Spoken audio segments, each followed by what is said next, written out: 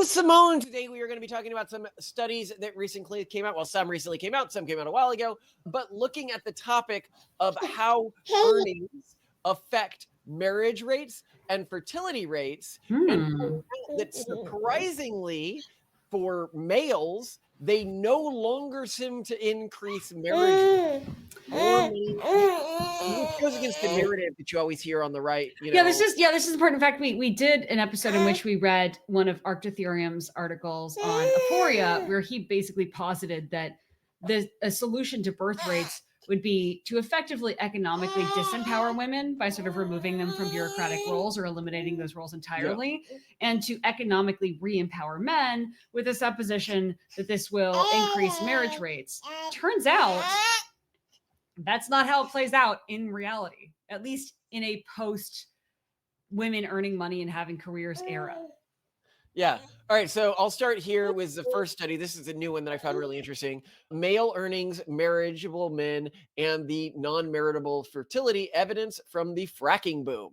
So this study exploited the economic shock from fracking booms across the US regions from 1997 to 2012. Fracking created localized economic booms that significantly increased wages for non-college educated men. They examined how marriage and birth rates responded to these economic improvements. Key findings: labor market effects. Fracking booms increased earnings for men without college degrees by 4.4% per $1,000 of new production per capita. Job opportunities also increased for these men with spillover effects beyond the oil and gas industry. Birth effects. Both marital and non-marital births increased in response to fracking booms. The increase was statistically significant for both types of births. This suggests children are quote unquote normal goods. People have more when income rises. So I need to break down that a little bit because another study is going to look at this as well, which is to say that there are some types of goods that people consume more of as income declines or in economic slumps. Oh yeah. Like I remember when we used to work in the private equity world more, one period, a group of investors were like, oh yeah, we love nail salons because during recessions, women go to them more because it's like one of those small indulgences that they can still afford, even if they can't go on a vacation. People buy more of, like fancy soaps in recession. Fancy soaps? Oh, Yeah, remember you're looking at a fancy soap company. People do more on, what are some of the other things people do more on? They do more entertainment. They do more video games. Video games go up in recessions. Movies, I think, go up in recessions. Other types of entertainment goes up. So kids are not that type of good.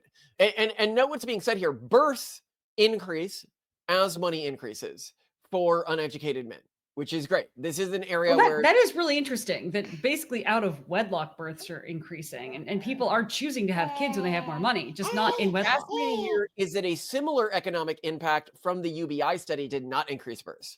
So handouts, not so much, but increasing the jobs or economy. Male economic empowerment does. Yes. Yeah.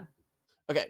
But to marriage effects, this is where it gets more interesting. Contrary to the reverse marriageable men hypothesis, there was no evidence that marriage rates increased. The data showed no reduction in never married rates or increase in marriageable rates.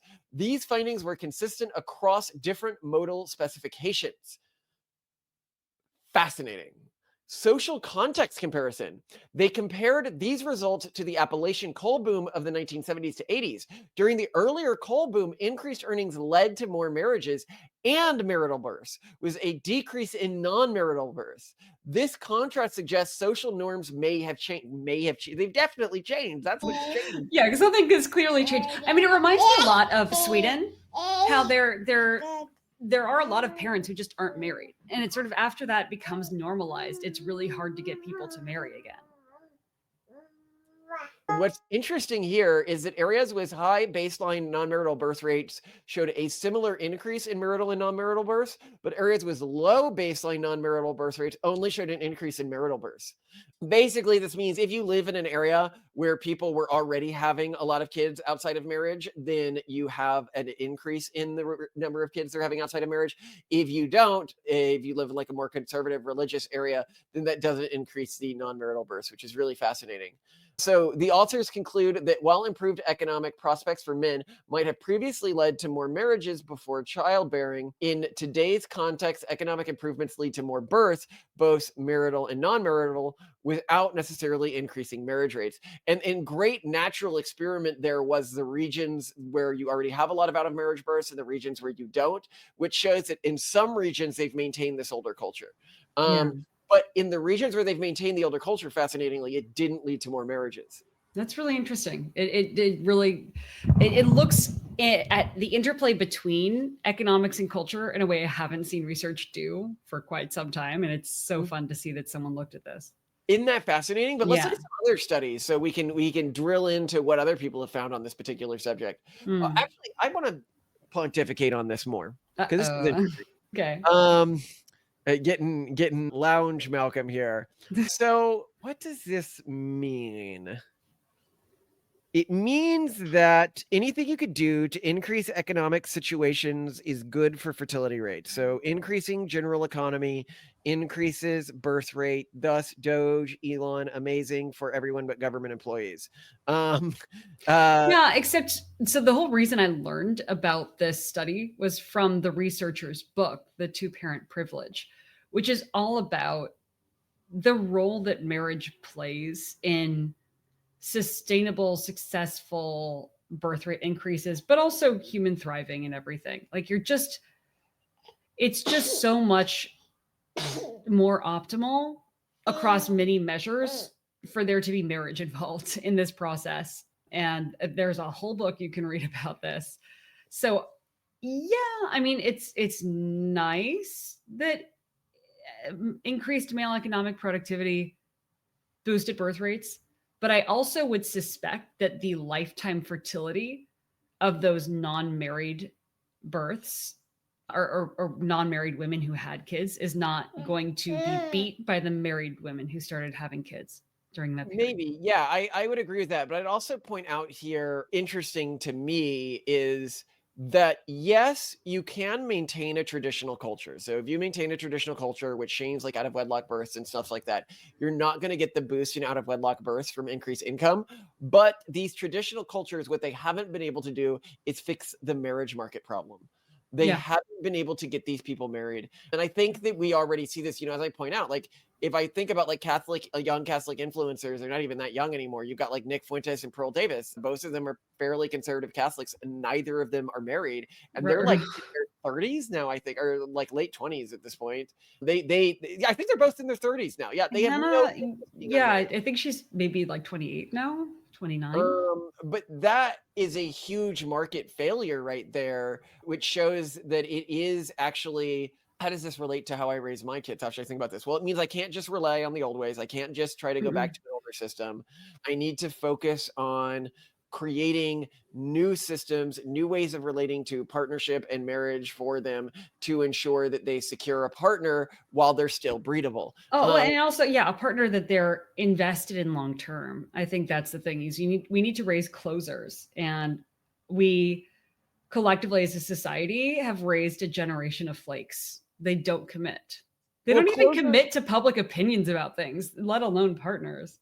I think that a lot of this comes down to teaching your kids that a partner is an investment. Mhm. They are not a payout. And Yeah, too well, many and they're women. not a courtesan. They're not your best friend. They're not your mother or father.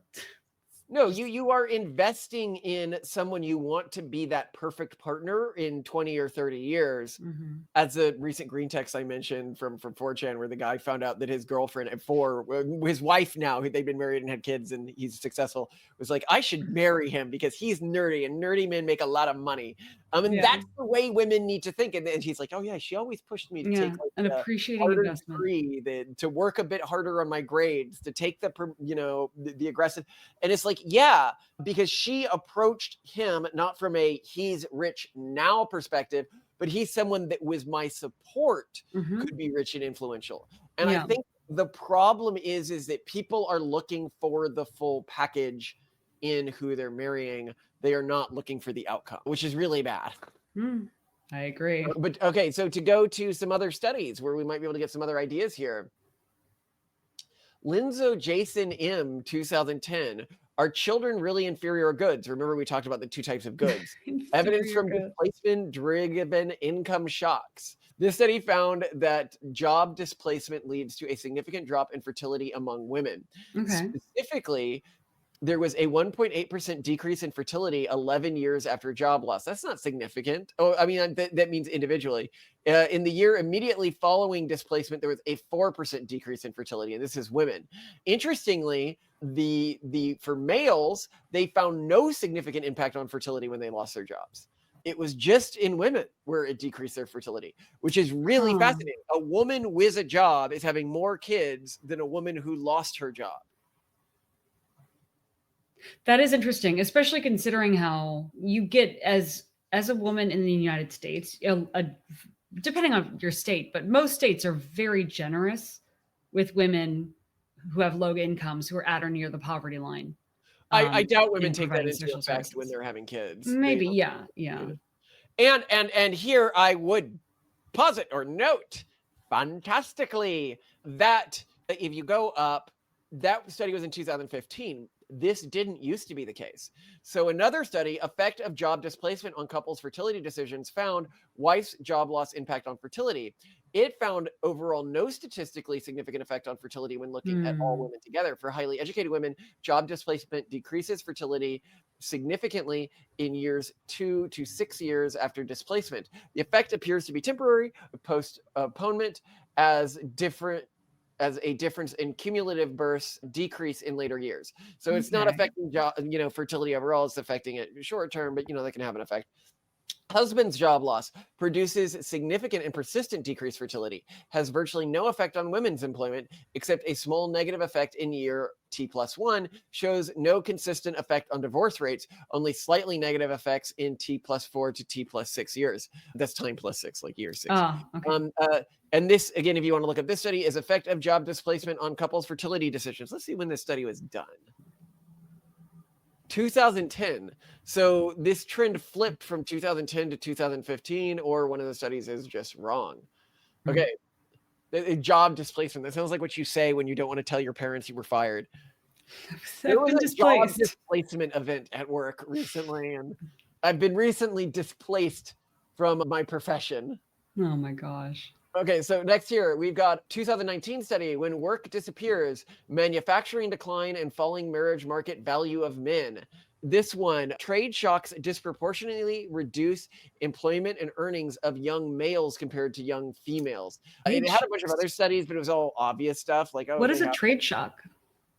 Like an trade economic shocks recession? means that when you have a removal of an industry in a local area, like let's say coal Oh, like a mining, factory shuts down or it something. disproportionately affects men and not women, which Okay.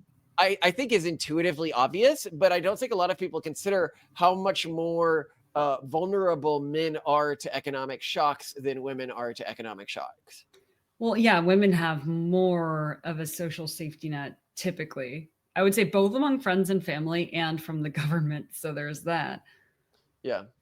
All right, Taiza et al. 2022. For every 100 individuals who won a large lottery prize, there were 5 more children born within 6 years compared to those who did not, representing a 15% increase. This was in Taiwan that this study was done. The Okay. primary channel for this increased fertility was through first births among previously childless individuals, rather than additional children for those who already had children. Approximately 25% of the total fertility effect was attributable to increased marriage rates following the lottery win. Very interesting. The fertility effect was stronger for those who received larger windfall gains or having lower pre-existing wealth levels.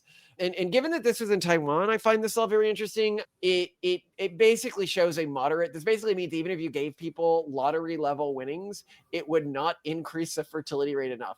Even if we made your average citizen equal to a lottery winner without affecting the rest of the economy, it would not have a 15% increase in fertility rates. Yeah. Payouts don't work. How many times are we going to say it? Payouts don't work.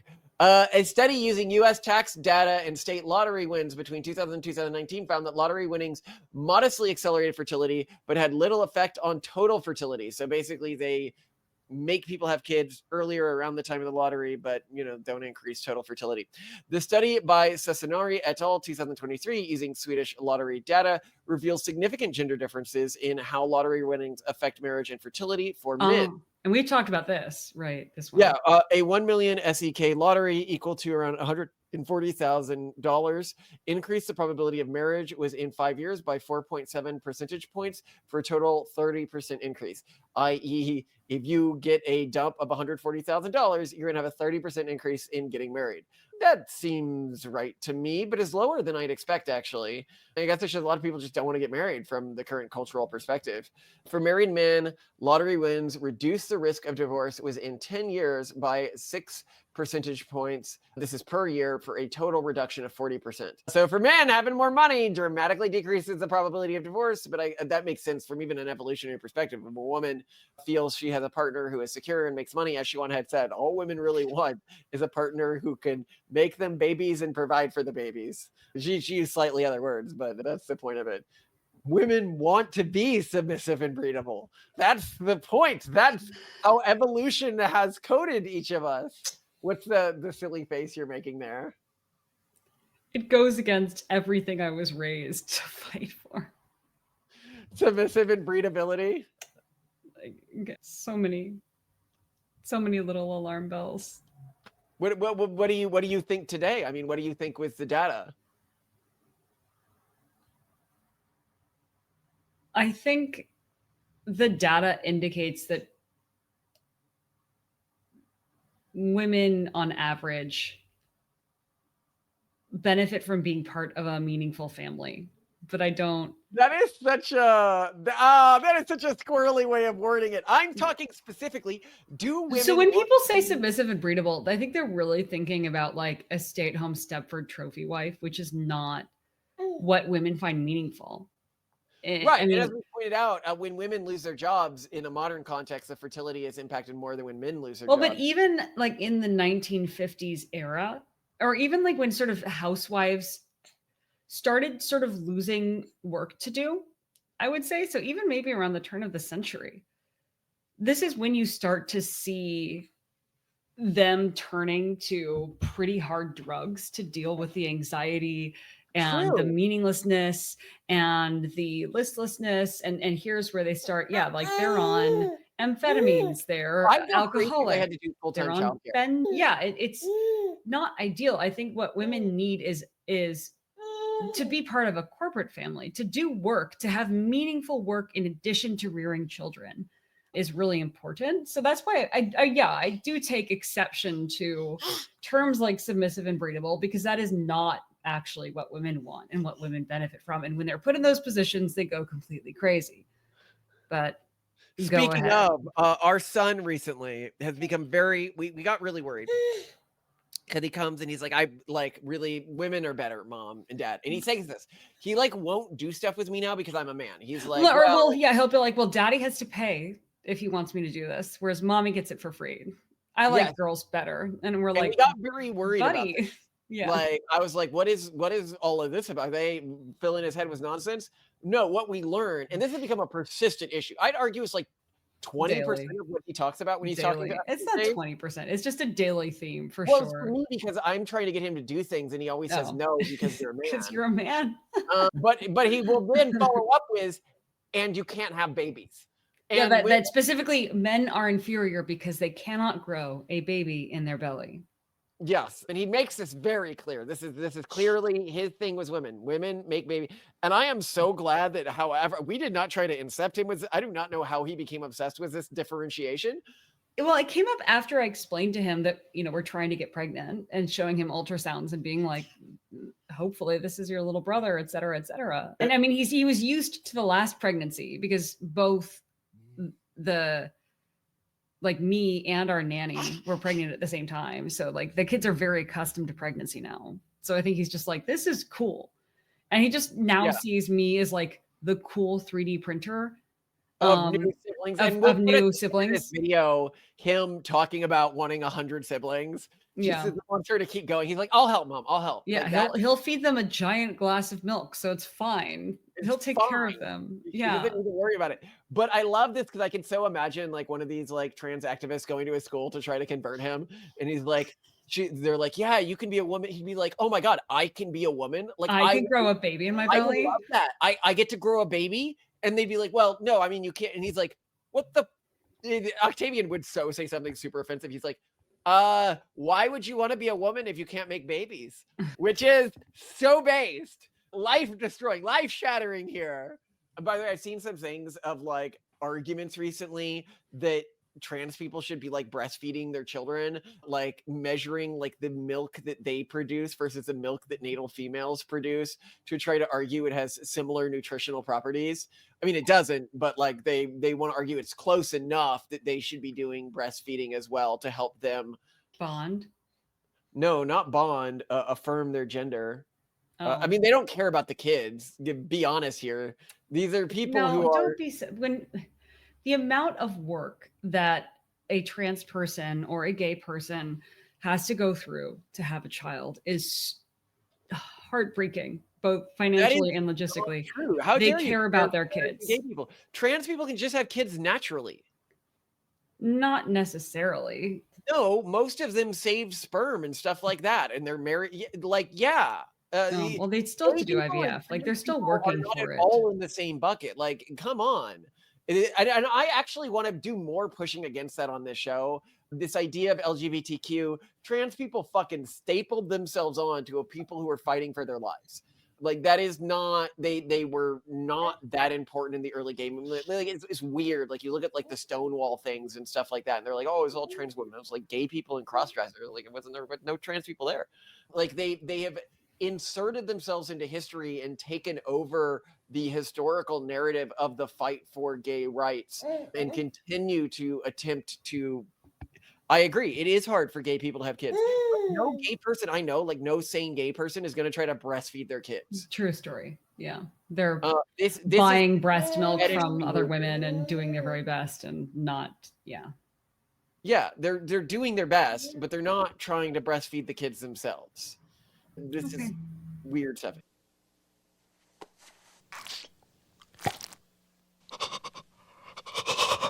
Anyway, so male fertility increased all time horizons. 10 years after winning, men had 0.056 more children per million SEK1, a 13.5% increase in fertility overall. Well, that doesn't sound like that much. Again, you can't fix this with lotteries. For women, lottery wins had little effect on marriage rates or long-term fertility in this study. Again, this is the study Cesarina 2023. The only significant effect for women was a near doubling of short-run probability of divorce. And we've covered this story before, which if you give a woman a lot of money, like out of the blue, she gets divorced and tries to trade up. She doesn't have more kids. And this has been quoted by a lot of progressives who want to attack us. They don't think we should give women more. Women shouldn't be allowed to like have money. And it's like, no, we were talking about like lottery winnings in the study, but you know, of course, you know, that's the way. Are you having fun tickling? Maybe. This is, I think the biggest takeaway from all of this for me is people want to take away the individual, like, oh, increasing here does a little bit for fertility, giving people a lottery doesn't help female fertility, blah, blah, blah, blah, blah, blah, blah. But the biggest thing for me is even huge amounts of money cannot affect fertility meaningfully. Well, we say this again and again. Yeah, but like, yeah, beyond little government payouts, beyond $50,000 to people in South Korea. Yeah, this is like even lottery amounts, not going to do it. Even lottery amounts do, they have like a 15%. We're seeing this, or 13% here. We're seeing this across studies. They do not, we need 200%. We need 150%. Yeah, but even then, especially if everyone got it, I feel like it would still not be effective, because then I imagine just everyone would feel relatively poor or the same. And a lot of this comes down to if they feel relatively wealthy or well-resourced vis-a-vis other people. I don't know. Maybe I'm wrong. I mean, I think it shows how deeply indulgent our society has become in a really negative context that, you know, even if you have everything, it's not enough. Yeah. And That's really scary, because it means that you do need to build alternate cultures. And it also shows that you get a boost in regions where people aren't having out of wedlock marriages, but not enough of a boost to be like substantial. So even in areas that have traditional cultural practices, lottery isn't enough. And again, I say the old ways won't save you. You can't just Yeah, rely on the old ways. empowering men economically again, and I'm all for it. I think that right now men are unfairly disadvantaged in labor markets in Well, of many course, in yeah. many circumstances. However, just re-empowering men or on the inverse, disempowering women is not going to solve the problem. And people keep just thinking like, oh, well, we'll just change this dial and it'll work. No, we have to create Pandora's box has been opened. And this is something that you talked about in the Pragmatist Guide to Crafting Religion as well, that you Mhm. can't once this box has been opened, once we have the internet and globalization and we've developed the equivalent, the cultural equivalent of super viruses, you don't get to undo that and just go back to the old ways unless you choose to air gap your culture and religion and live like the Amish, which still isn't going to work because you are living at the Yeah. whims of the sovereignty of whoever is allowing you to practice your cultural and religious freedom. Big if they continue doing that. So we have to just develop a new way forward. And there are things that can be done. We've been talking a lot internally about policy interventions that would make a big difference for pronatalism but not really cost anything. And I mean a big factor that we're talking about this morning is right now in many ways it feels economically irresponsible to get married. And so if at Yeah. any point filing jointly, for example, or as a married couple causes some kind of tax disadvantage, that should be removed. You shouldn't be penalized by the IRS if you're married. You're doing the United States a service by being married. So you Yes. should not be penalized. Oh, I can't remember what country this was, but I learned about this one attempt to address this marriage issue where I think men in this country got a penalty if they weren't married. But the penalty could be waived if they could prove that a woman had rejected their proposal. The Ah! problem is that there became this predatory class of female, predatory enterprising, okay, that Okay. would, for a fee, a reasonable fee, I'm sure, officially reject your proposal so that you would be exempt from this not married penalty. The government had to stop that policy. So Did it just still tax them no, like they just dropped the whole thing. oh, I wouldn't drop the whole thing. I'd be like, it doesn't matter if you're rejected, like do better. Yeah, try again. Try again, a-hole. I know, yeah. The cop out was stupid. It was unnecessary. But yeah, God, let's It was Argentina in the 1900s, early 1900s. Fun, humorous little fact here. In Chad, now you are fined if you turn down a marriage proposal that's between $23 and $39 for women and $15 for men. And hilariously, of women aged 20 to 24 in this country as of 2015, 60% were married when they were children. So, great country. If you're wondering what the motivation behind this law was, the country's leadership says it was inspired by the Quran. So, religion of peace. Religion of peace. Note here that she is about to find another instance in which this happened in Italy, but the more reported on instance was Argentina. Oh, really? Who was it? Italy implemented a tax penalty for unmarried men in 1927 under Benito Mussolini's regime. This bachelor tax could be waived if a man could prove that a woman had rejected his marriage proposal, like a South American country. Very interesting. Looks like a couple of countries did try, though. In 1941, the USSR introduced a childlessness tax that applied to men aged 25 to 50. So childlessness 25. too. So No, just I love being it starts married. at 25. You're supposed to have a kid by 25. Yeah, if you do not have a kid, How have you not really- knocked someone up by 25? Oh, and no. So this isn't so 1941 in the USSR. So this is like pre-World War II. This is interesting. This is when they're really trying to increase birth rates. So the penalty also applied to women aged 20 to 45 who are unmarried and without women. If you So, haven't had your first kid by 20, this By is 20. good tax here. We need to implement this in the US. dirty, indulgent slut. How dare you not have How children? dare you be 20 and not have at least one child? And No, but apparently these are the also norms. This is what we need to normalize to win this again. You need to be having kids at 20. then in Romania during Nicolae Ceausescu's regime, a celibacy tax targeted unmarried adults and childless couples as part of a pronatalist policy. I didn't know about a celibacy tax. I love love that. That's What do a we call fun it? Like one. the incel tax now. The incel tax, The incel right? tax. And then post-World War II Poland, a bachelor tax was briefly imposed on unmarried men and childless couples to promote population growth. So a dink tax. Can you imagine? But I think more of it being like a tax break on income for married couples is more fair. It seems unfair to impose an additional tax and more fair to reward good behavior. Why sticks? Why not carrots? Because it's more fun. A dink I tax. want, yes, An it's incel more tax. fun. It is your expectation that you contribute to society, okay? 20 to 45. Ouch. 20 to 45. Jeez. That's insane. That's insane, right, Indy? You don't need to start that early. Andy, you can start at 20. I'm not gonna have to pressure you.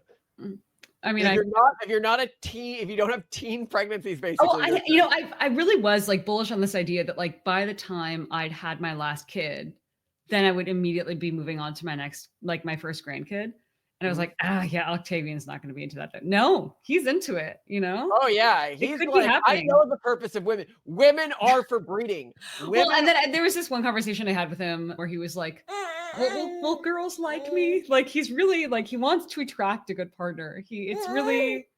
I'm like, yeah, I will show you how to get girls to like you. You need to act like a gentleman and take good care of yourself. And that's really sweet. You get to. He was really, yeah. He was like, oh, they like me. Yeah, I've saved all of his Valentines from kindergarten. His personality. I won't say all of our kids. Torsten may be a difficult partner for somebody. No, Torsten is me, and you like me, so I like you as a female.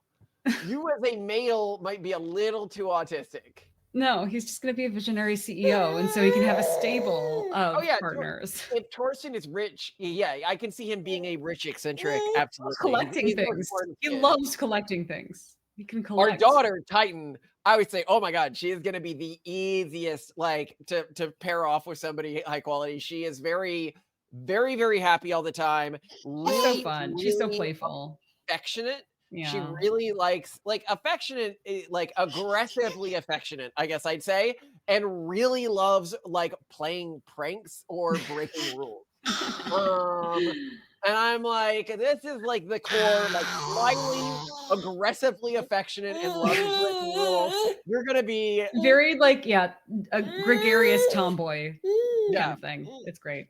And very tomboyish as well. Yeah. We'll see about you. Yeah. We don't know about you yet. Like her. She's a lot like her sister. All right, love you to death, Simone. We're going taquitos tonight. I actually have changed my mind on that, and I think that the leftover curry that we have is better for the hash browns, and then I can use the dang ground beef better for taquitos, I think. Oh, and it's that you haven't thawed the dang meat? I mean, I can do that immediately, but we need to use up the curry that's refrigerated first. Yeah, it'll go better on. Well, I'm okay with using it on hash browns or taquitos, whatever you want to do. Well, I'll do it on hash browns because. Is it easier for hash browns? Yeah, because if I do taquitos, I have to take it. I have to like thinly slice or kind of mash everything so that you have, because otherwise there are giant chicken chunks in your taquitos. Yeah, I'm okay with either. Just your taquitos are amazing, so whatever you want to do. And tomorrow night will be taquito night, if you will bear with me here. Dan would go well with taquitos anyway. I agree with that. I think so. With like sharp cheddar cheese and Dan. Oh like noodle meat. And we got to use the rest of that mozzarella. So we can also do. No, God, what is wrong? You do not understand cheese at all. You think mozzarella goes into taquitos? What is wrong with you? And it's expired anyway. You can't eat expired dairy. You like freak out. So I'm eating it slice by slice. Because I can drink expired milk. You can't. You're so hard. This is marrying a hardcore like Appalachian wife. She's Yeah, like like when our food expires, that's like, oh, okay, I'll eat it. And like the Malcolm smells it and robustness he's like, and sturdiness of this woman is incredible. This is what we need in America. Women who eat the expired meat for the fair. The expired. Hey, someone's got to do it. start thawing a steak, by the way. Well done. Don't forget. Okay. I love you to death. I am genuinely satisfied with you as a wife. You're doing a good enough job right now. I won't, You won't defenestrate me. even though you're not submissive and breedable. You've confirmed this. What does that like? That? Sorry, it's a meme. I love it. It's a meme made by incels for incels, as you know. So No. It's a meme made for incels. Me. To torment my wife is. just like Facebook was originally made for you, so you could watch all of your former classmates slowly fail and Yes, live that's progressively what I'm worse here lives. for. The burning ships. Oh my I gosh. love you to death, Simone. You are amazing. I love you too. All right, Best. I'll see you Have a downstairs good in a one. little bit. You're the best. Oh God.